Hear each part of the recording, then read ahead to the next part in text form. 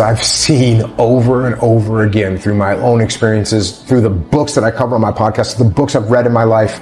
If you want to open yourself up for a massive downfall, just let your ego get out of control. Really? If you want to let that happen, yeah, let your ego get out of control. So every single day for me, it starts at ground zero.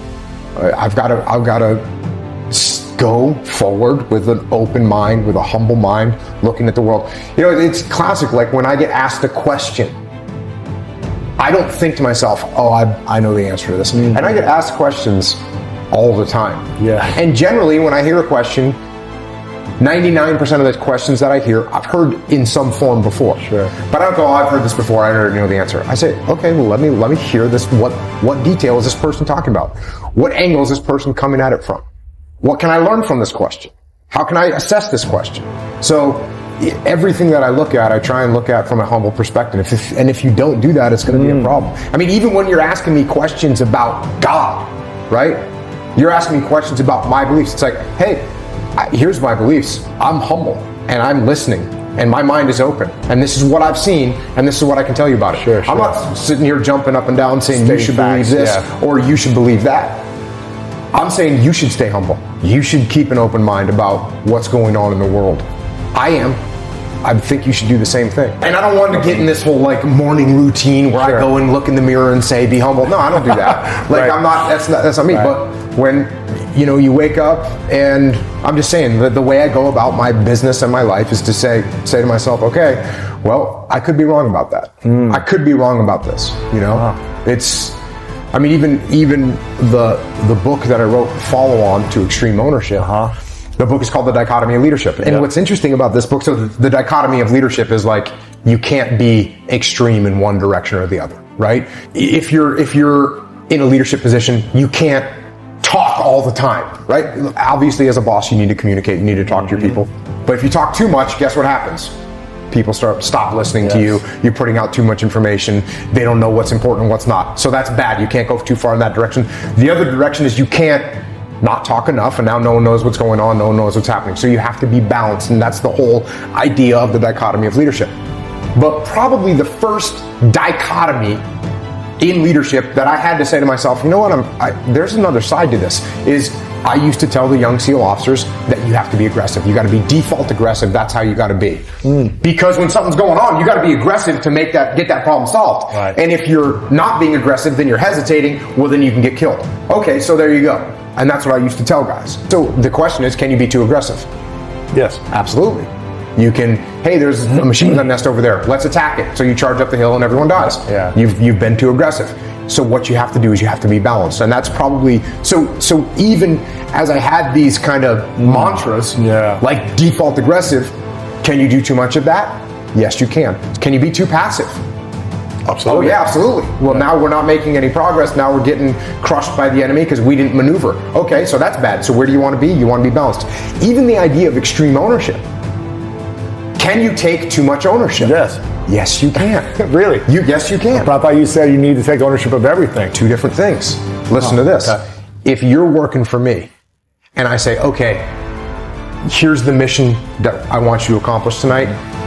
Here's the people I want you to take. Here's the weapons I want you to bring. Here's the vehicles I want you to bring. Here's the route I want you to use to get to the target. Here's the method I want you to use to secure the target. Here's the route I want you to do to get back. Yeah. So that's the plan. Now you take ownership and go execute. Now, can you really take ownership of that plan? If someone else gave you the whole thing? I mean, I gave you the whole thing, right? Is that your plan? No, it's your plan. Yeah, it's my plan. So when you go in the field and now you come up against an obstacle and you're executing my plan, what's your attitude? Well, it's not my plan. It's his plan. And you're at an obstacle now and you're like, hey, Jocko didn't think of this. Right. So his plan's horrible. Yeah. So now you just back away and you come back and you say, hey, we failed the mission because you didn't think of this. You didn't think of this option. Yeah. Right. So that's me taking too much ownership. So what I need to do is I say, hey, here's the plan or here's the mission. How do you want to do it?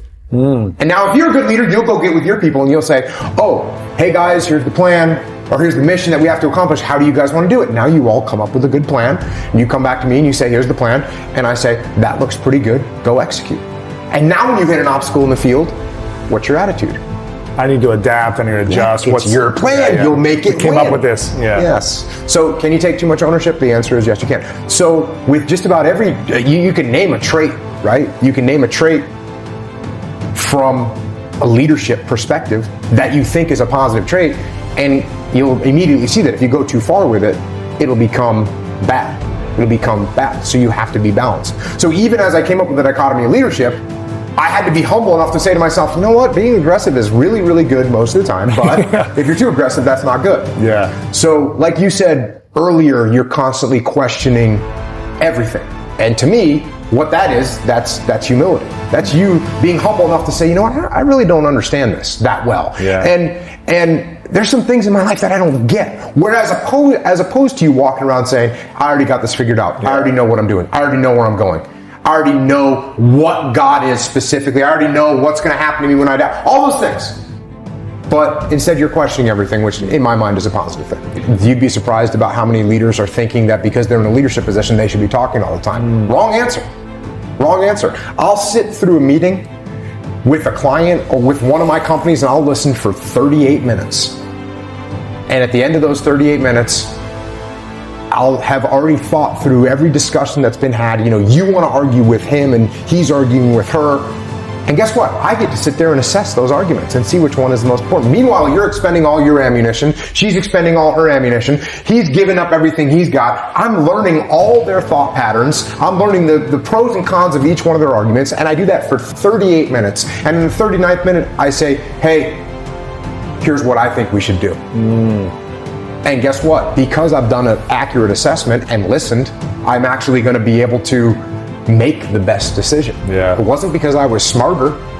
It wasn't because I had better tactical understanding. It's because I actually shut my mouth, listened to everyone spill their guts, learned everything that they knew, and did a good detached assessment of what the right thing to do was. So listen, and the other one is the word that I just used, which is detach, which is not getting emotional, not getting into the weeds about stuff that doesn't matter. If you can take a step back and look around, you're going to see infinitely more than you can when you're in the weeds, staring the firefight in the face, looking down the sights of your weapon, shooting. If you're doing that, you can't see anything else. Just think about that metaphor right there. Yeah. If I'm looking down the sights of my weapon and I'm shooting, my world is this big.